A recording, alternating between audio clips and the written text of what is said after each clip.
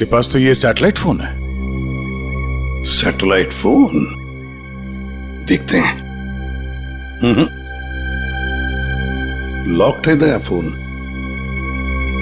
ये कोई मामूली आदमी नहीं है। कोई मामूली आदमी ऐसा फोन लेकर तो नहीं घूमेगा। पूर्वी, काम करो, देखो और कोई आईडी मिलती है क्या।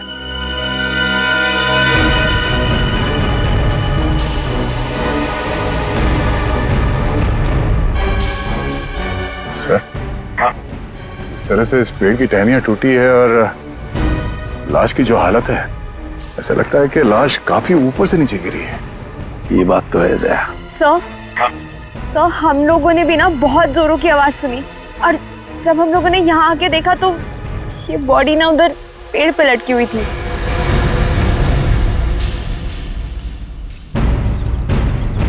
वो क्या है? बैग जैसे लग रहा है दया। कहीं उसी आदमी की तो बैग नहीं। निखिल, वो देखो, ऊपर चढ़ के देखो क्या है। नीचे उतारो, नीचे उतारो उसे।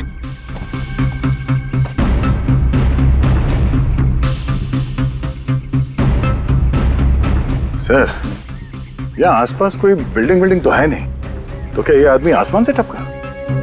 तो कहीं ऐसा तो नहीं कि ये किसी हवाई जहाज से नीचे गिरा? लेकिन सर, ये एरिया तो नो फ्लाइंग जोन में आता है। इसके ऊपर से कोई कमर्शियल प्लेन्स में नहीं उड़ते। हो सकता है कोई हेलीकॉप्टर गया हो ऊपर से। कोई आवाज सुनी चॉपर की? सर, ये एड्रेस मिला है, नाम नहीं, जो उसने मोजे में छुपा के रखा था। है किसका ये? जरा पता लगाओ किसका एड्रेस है। सर, पूरा बैग खाली है सर। खाली बैग? हाँ सर। ये आदमी खाली बैग लेके क्यों घूम रहा था? हो सकता है इस बैग के अंदर जो कुछ भी था, जिसने भी इस आदमी को ऊपर से फेंका, वो लेकर गया हो। हाँ सारुण के, बोल क्या पता चला? बॉस, हाँ, ये कोई मामूली आदमी नहीं है। जरा ये देखो, ये जरा इसके कान के पास ये निशान देखो।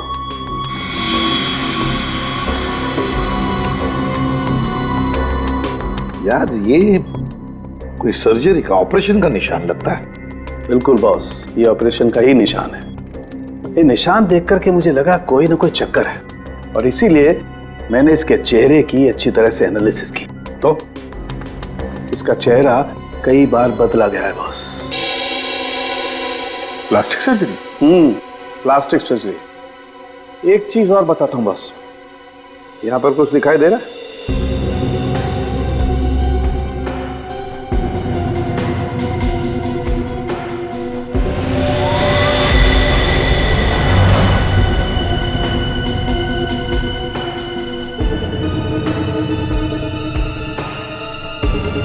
सर, ये क्या है? ये तो कोई सिंबल है, कोई निशान है। नस दबाने पर ही दिखता है। इसलिए हमें निशान वहां नहीं दिखा जहां पे लाश मिली थी।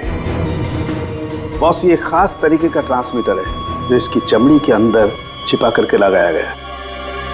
कमाल है सर, ये आदमी बार बार अपनी शक्ल बदलता रहा, इसकी कलाई पे ये डिवाइस लगा है और इसकी मौत ऊपर आसमान से गिरने से हुई है।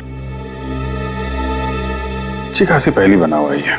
सर, इस आदमी के पास मिले सैटेलाइट फोन को हम डिक्रिप्ट नहीं कर पाए, लेकिन इसके पास से जो कागज पर एड्रेस मिला था वो किसी विशाल नाम के आदमी का है। विशाल? है कौन ये विशाल? इस विशाल के घर जाकर ही पता करना पड़ेगा। सर, थोड़ी देर पहले एक न्यूज आ रही थी, मैंने रिकॉर्ड कर लिया। ये देखें। आज की ब्रेकिंग न्यूज। आज सुबह एक छोटा प्राइवेट प्लेन दुर्घटनाग्रस्त होकर समुद्र में गिर गया। उस इलाके के कुछ लोगों ने एक आदमी को पैराशूट से नीचे गिरते हुए देखा। नौसेना उस विमान के बारे में पता लगाने की कोशिश कर रही है। प्लेन समंदर में क्रैश हुआ है और वो झील भी तो पास में ही है। हो सकता है ये आदमी भी उसी प्लेन में हो जिसका एक्सीडेंट हुआ है। किसी ने धक्का वक्का दे दिया हो प्लेन से। सर, जो आदमी प्लेन से कूदा था पैराशूट लेके, हो सकता है उसी ने इस आदमी को धक्का दिया हो प्लेन से। हो सकता है। किसी भी कीमत पे हमें उस आदमी के बारे में पता लगाना पड़ेगा जिसने ये धक्का दिया हो। सर एक बार प्लेन का पता चल जाए तो आदमी का भी पता चल जाएगा। जितने भी प्राइवेट एयरफील्ड्स है ना, वहां जाके पता लगाओ कि ऐसा कौन सा प्लेन कब उड़ा था और उसमें कौन कौन लोग सवार थे।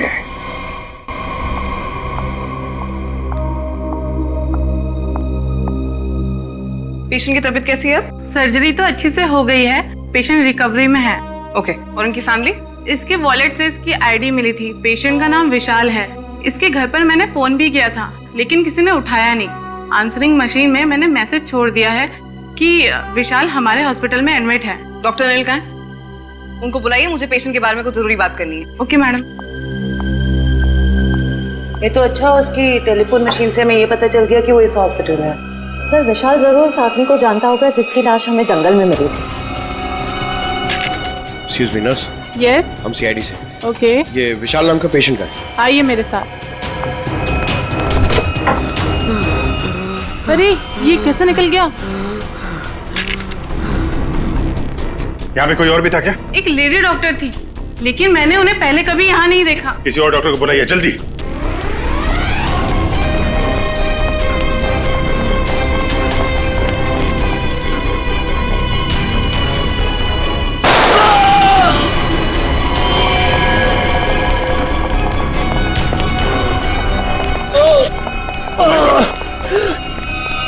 क्या हुआ? डॉक्टर नहीं थी वो, मैंने उसे पकड़ा तो गोली मार के उधर भाग गई। साहब वो लड़की बाइक पे भागी साहब। बाइक पे भागी? हाँ जी। उसकी डिटेल्स भेजो कंट्रोल रूम में। बाकी जाएगी कहाँ? आयशा आयशा आयशा, विशाल को छोड़ो, हमारी प्रायोरिटी क्या है? वो ब्रीफकेस है ना। यदि नताशा के पास वो ब्रीफकेस नहीं है तो केडी के पास होगा। इसीलिए मैं कहता हूं सीआईडी को केडी की लाश जहां मिली थी वहीं पर कहीं ब्रीफकेस गिर गया होगा। जाओ जाओ, ढूंढो उसे, ढूंढो उसे, ढूंढो। Okay okay. मैंने तुम लोगों को एक छोटा सा काम दिया था, सिर्फ छोटा सा काम, वो भी नहीं कर पाए हैं? विशाल को निपटाने का काम। गोली मारने के बाद उसको हमने समुद्र में फेंक दिया था बॉस। हाँ, हमने सोचा वो मर गया होगा।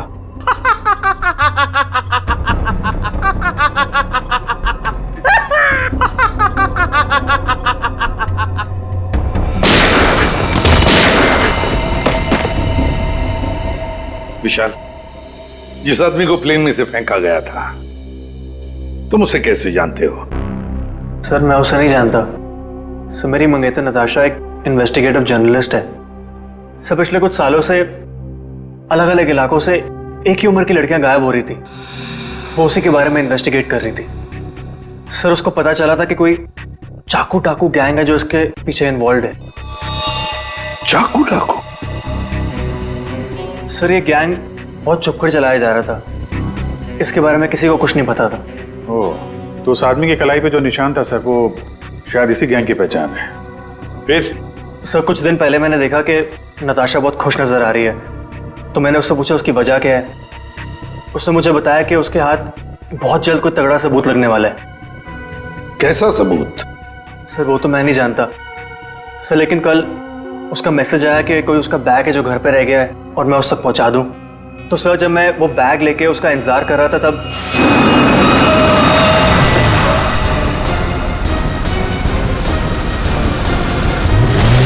सर वहां से वो लोग मुझे किसी अनजान जगह पे ले गए जहां पे उन बदमाशों ने नताशा को कैद कर रखा था।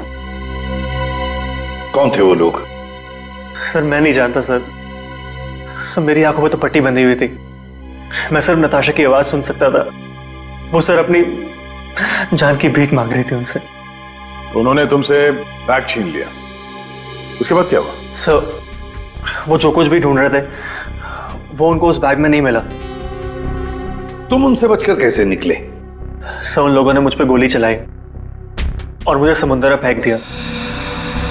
सर मैं किसी तरह बच गया और तैरकर किनारे तक पहुंच गया, लेकिन वहां भी उन लोगों ने मुझे मारने की कोशिश की। अब ये दया, वो आदमी जो प्लेन में से फेंका गया था वो इन्हीं के गैंग का था? उसके कलाई पर वो निशान भी तो था। हो सकता है कि वो आदमी शायद नताशा को इनके गैंग के बारे में सीक्रेट्स बताने वाला था, वही सबूत जिसके बारे में नताशा जिक्र कर रही थी विशाल के पास।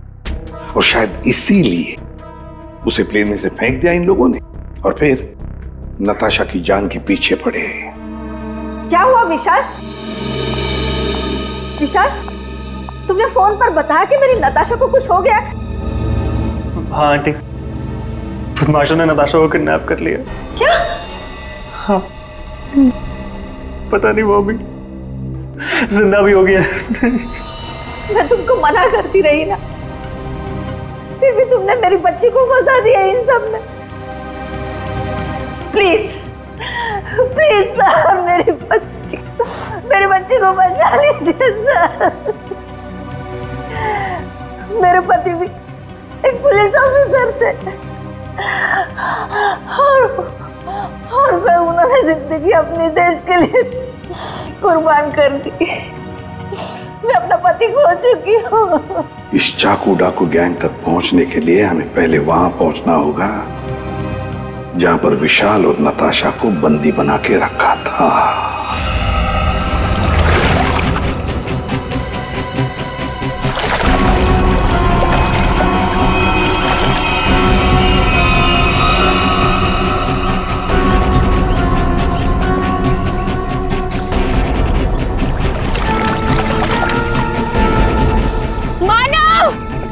प्लीज, मुझे बहुत घबराहट हो रही है। चलते हैं ना मानव। शीतल, रुक जा। पैसे वाला बैग इसी झील में गिरा हुआ है, हम लोग माला माल हो जाएंगे। मानव, जितने पैसे मिले उतने काफी है ना। प्लीज यहाँ से चलो, इतना लालच सही नहीं है। 5 मिनट रुक जा।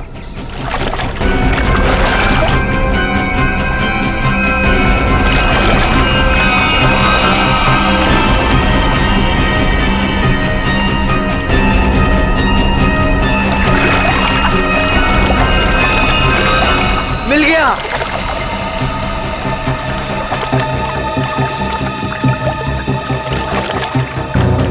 मानव, मुझे ना बहुत घबराहट हो रही है।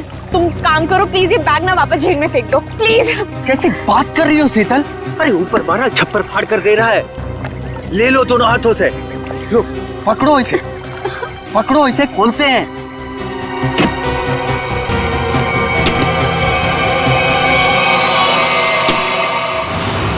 थैंक यू जो तुमने मेरे लिए बैग ढूंढ लिया।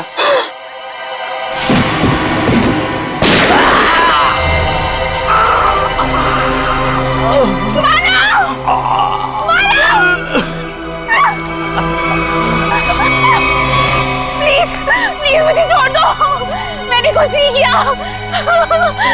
मुझे मत मारो। सर, मैं इस मामले में आप लोगों की कोई मदद नहीं कर सकता क्योंकि पिछले कई दिनों से हमारी एक भी प्लेन किराए पे नहीं गई। झूठ बोल रहे हो तुम। एयर ट्रैफिक कंट्रोल से हमने सब कुछ पता कर लिया है, समझे? उनके रेडार में साफ देखा गया है। कल यहाँ से एक प्लेन उड़ा था।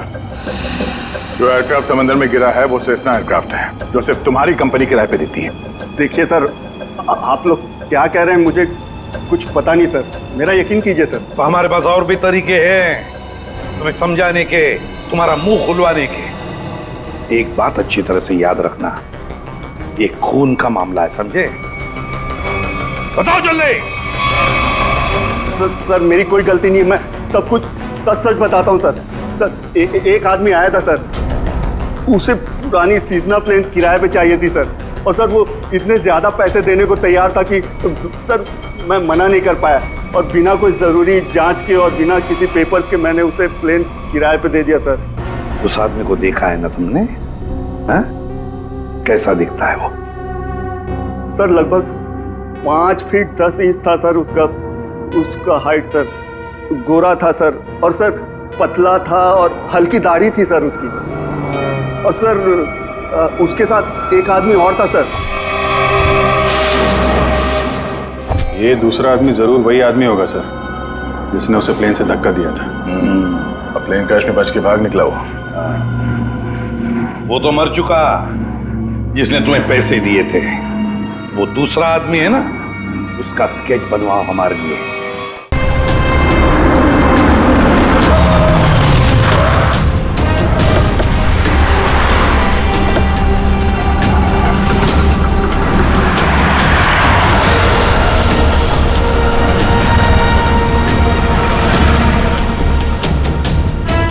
सर बस यहीं खड़ा था बस मैं। यहीं पर?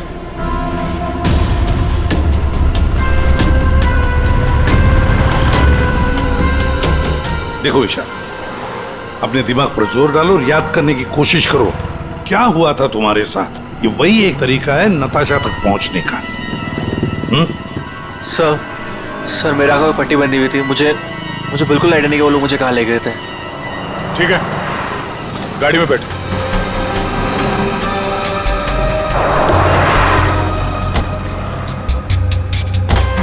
देखो ईशा, तुम्हारे आंखों पर पट्टी बंधी थी, है ना?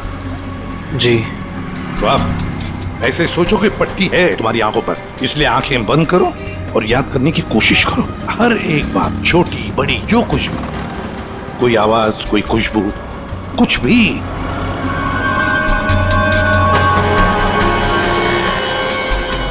सर याद आया, जब मुझे गाड़ी में बिठाया उसके बाद गाड़ी बहुत देर तक सीधी चल रही थी। गाड़ी कहीं भी नहीं मुड़ी थी।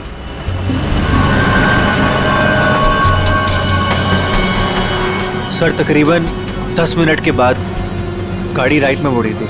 राइट लिया था? सर यहाँ से थोड़ी दूर जाने के बाद एक राइट टर्न तो है, ले लेते हैं। और क्या याद आता है? मुझे ट्रेन की आवाज भी सुनाई दी थी। ट्रेन की आवाज? सर यहाँ से थोड़ी दूर पे रेलवे लाइन तो है।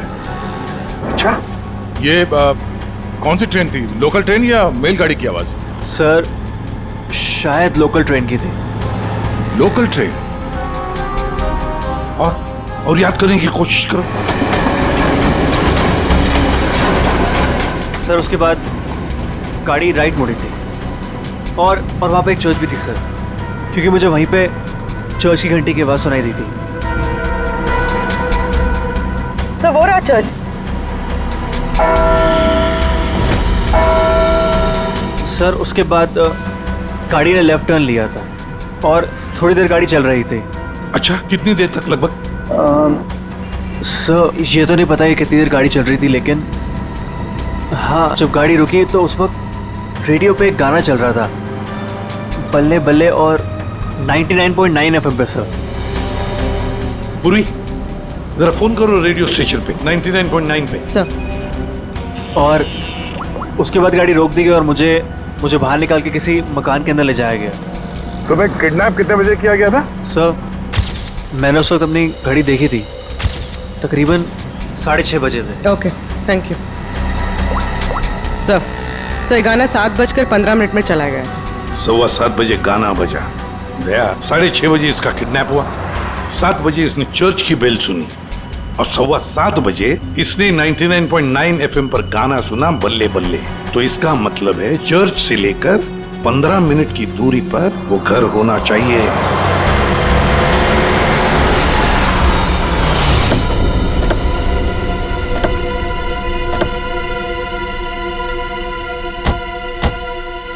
दया, रास्ता तो बंद है, खत्म हो गया रास्ता, फिर भी चर्च से 15 मिनट की दूरी पर यही एक घर है। लगता है विशाल और नताशा को यहीं पे बंद करके रखा था। चलो अंदर घुस के देखते हैं।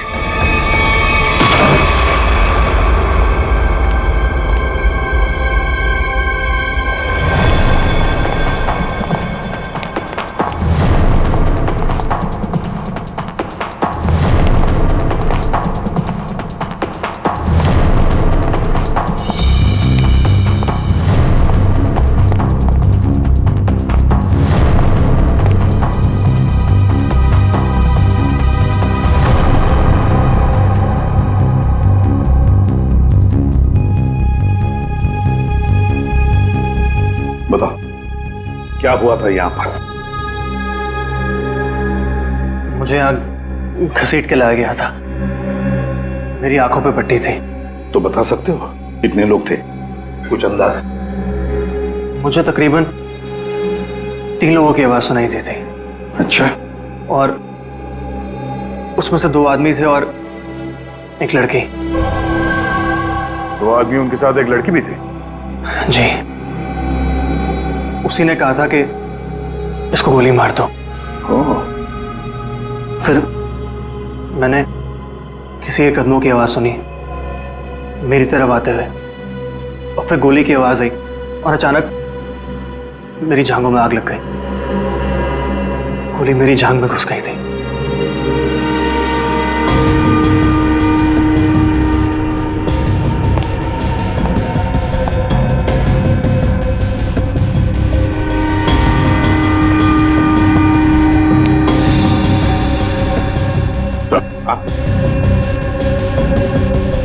यहाँ पे खून लगा हुआ है।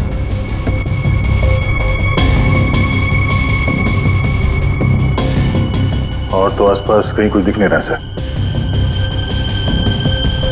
विशाल, जब तुम्हें वो यहाँ पे ले आ रहे थे तब सर तो कोई आ रहा है।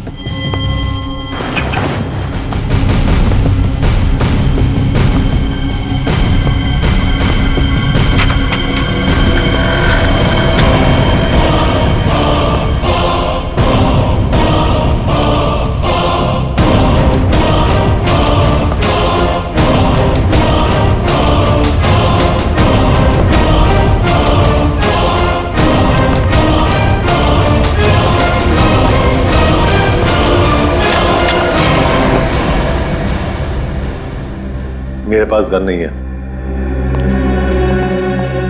गन नहीं है तो फिर यहां क्या करने आए हो? किसी को ढूंढ रहा हूं। किसे ढूंढ रहा हो? एक लड़की को। वो लड़की तुम्हें यहीं मिलेगी, ये तुम्हें कैसे मालूम? पिछली बार वो मुझसे यही मिली थी। जरा तुम्हारी शक्ल तो देखें।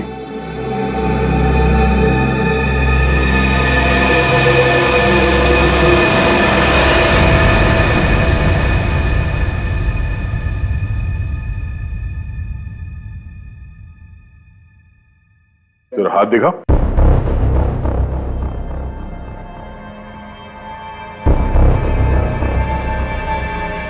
तुम जो सोच रहे हो मैं वो नहीं हूं। मैं चाकू डाकू गैंग का नहीं हूं।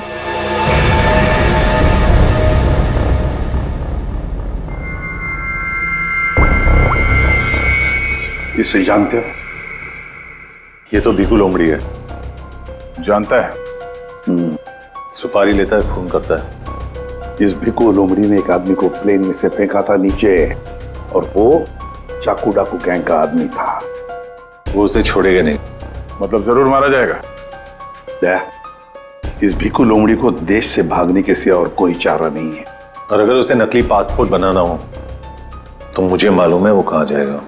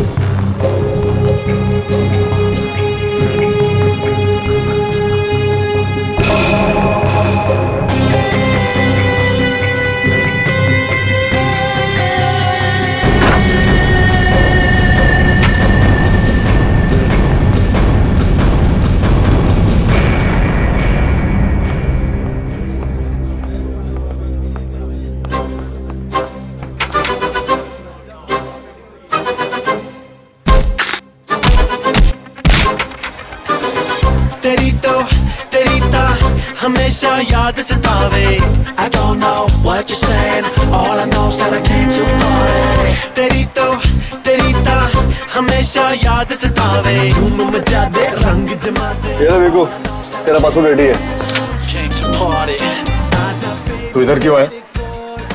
मैं तेरी कोई मदद नहीं कर सकता। जिसको तू ढूंढ रहा है ना उसके बारे में मुझे कुछ नहीं मालूम, समझा क्या?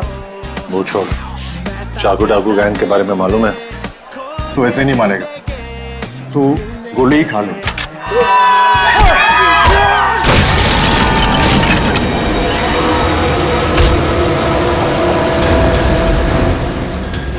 चाकू डाकू वाले तुम लोग की वाट लगा डालेंगे।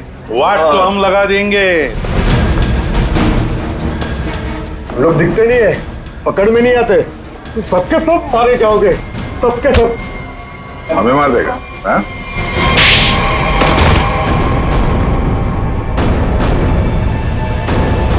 बता, चाकू डाकू कहां मिलेगा? आज शाम को एक मीटिंग है। सर, आप अपने ऑपरेशन को अंजाम दीजिए, मैं अपने मंजिल की ओर बढ़ता हूं। बहुत खुशी हुई तुमसे मिलकर। Wish you all the best Rocky handsome. Thank you sir.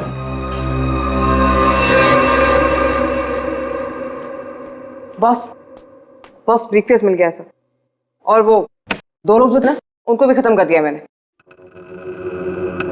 इस ब्रीफकेस में जो कुछ भी है उसे किसने किसने देखा है? अब सिर्फ मैंने।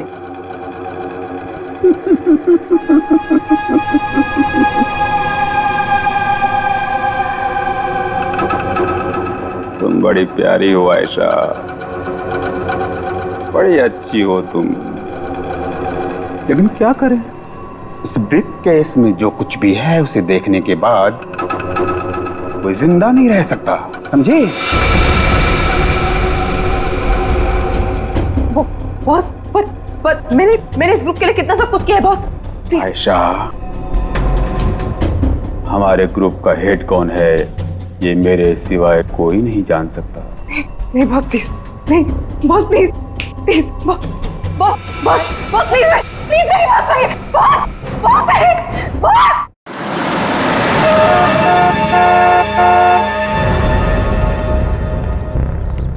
अपनी पहचान बताओ। मैं मेंबर नहीं हूं, लेकिन बॉस ने मुझे मीटिंग में बुलाया।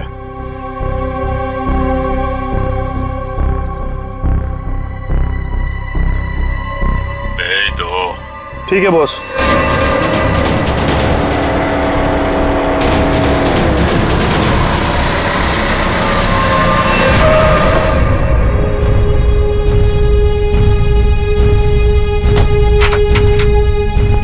आओ बिकू, आओ। शाबाश, तुम्हारी इतनी हिम्मत कि तुम वापस यहाँ आ गए। मेरा काम था तुम्हारे ग्रुप में छुपे हुए उस गद्दार को मारना, जो रिपोर्टर नताशा को ग्रुप के बारे में सब कुछ बताने वाला था, और मैंने वो किया। हाँ, पूरा कर दिया। लेकिन मैंने तो आपको ये कहा था कि हमारे काम की कानो कान खबर नहीं होनी चाहिए, लेकिन तुम्हारी बेवकूफी की वजह से केटी की लाश सीआईडी को मिली लाश, और वो सीआईडी हमारे ठिकाने का पता ढूंढ रही है।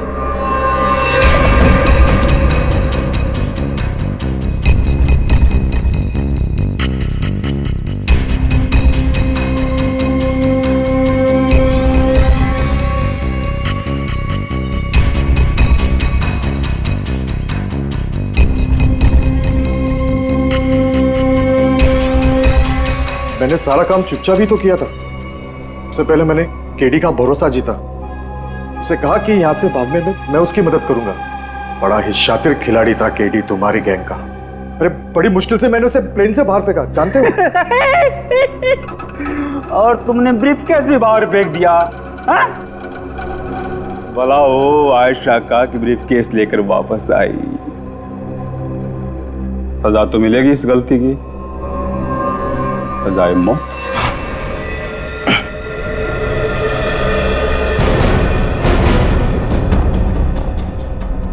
इसका मतलब आप मुझे भी मार डालोगे?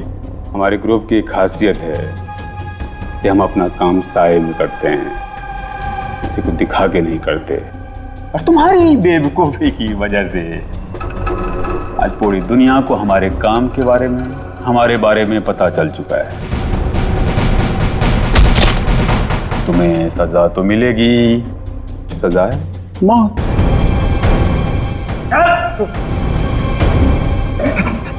एक मिनट, मेरे पास कुछ है तुम्हारे लिए। मेरे लिए? बताओ बताओ बताओ। सीआईडी यहीं पर ही है।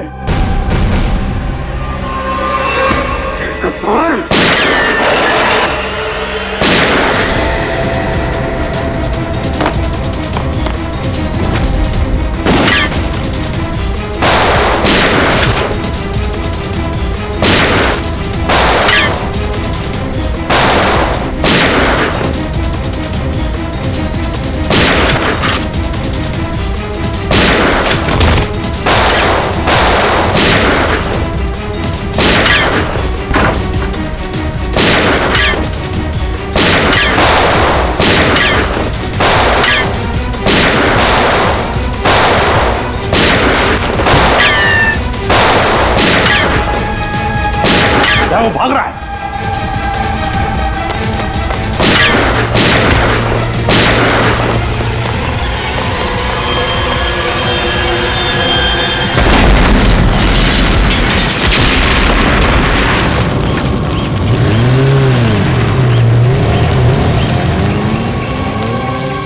सब कुछ खाक हो गया था सर।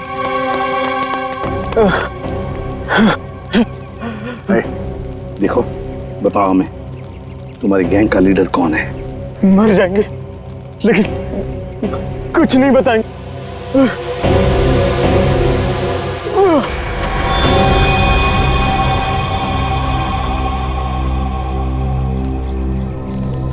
Sir, back.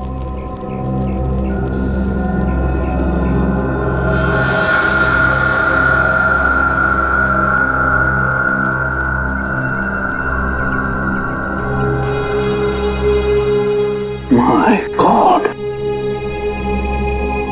तो ये है चाकू डाकू गैंग का लीडर।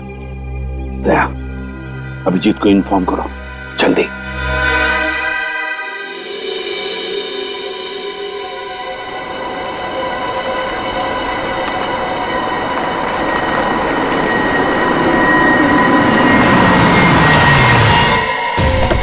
चल।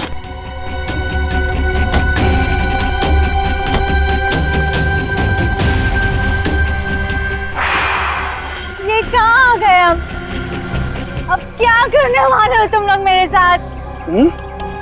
क्या करने वाला हूँ? कुछ नहीं करने वाला हूँ। तुम्हें बस उड़ना है तुम्हें इस देश से दूर, जहाँ तुम्हें कोई पहचान ना पाए, कोई ढूंढ ना पाए। ये प्लीज प्लीज ऐसा मत करो मेरे साथ, मुझे छोड़ दो।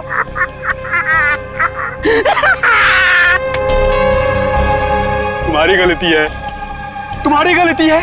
किसने कहा था तुम्हें ना गुजरने को हमारे धंधे में? मैंने कहा था, इसने कहा था, किसने नहीं कहा था? फिर क्यों घुसड़ी अपनी नाक हमारे धंधे में? और हमने तुम्हें मारा नहीं। क्यों नहीं मारा मुझे? इसलिए नहीं मारा तुम्हें कि मुझे छोड़ दो, प्लीज छोड़ दो मुझे, प्लीज।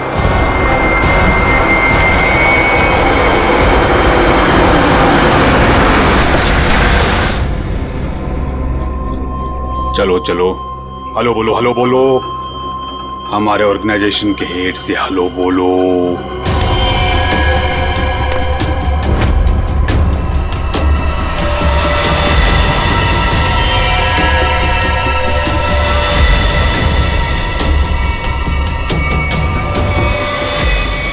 मम्मा आप इस गैंग की हेड है? ये कैसे कर सकती है आप? मैंने मना किया था ना तुमको इन सब चीजों से दूर रहना, लेकिन तुम देशभक्त बाप की बेटी हो, इतनी आसानी से कैसे मान जाती? लेकिन अब तुम जो देख रही हो वही सच्चाई है, और इसे जितना जल्दी मान लोगी उतना अच्छा है। क्यों मम्मा, क्यों किया आपने ऐसा? अकेली कब तक तकलीफें झेलती, कैसे बड़ा करती तुझे? आज कम से कम शान से तुम सबको कह सकती हो कि मेरी माँ ने अकेले अपने दम पर करोड़ों का कारोबार खड़ा किया है। तो यही वो वजह थी जिसके लिए मैं अब तक जिंदा हूँ। तू मेरी बेटी है, तुझे कैसे कोई कुछ कर सकता था? अब तुम मेरे साथ एक दूसरी कंट्री में एक नई जिंदगी की शुरुआत करोगी। प्लीज छोड़ दो। सीआईडी ढूंढ दो सबको।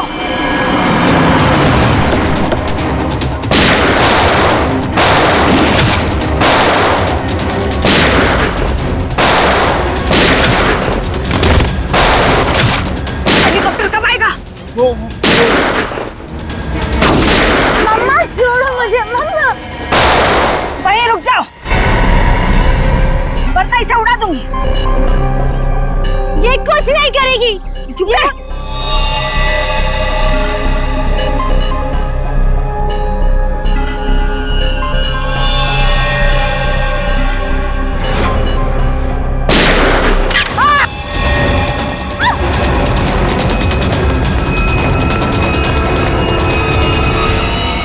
नाटक तो बहुत अच्छा करते हैं आप, अब जरा इनके नाटक से पर्दा गिरा दो।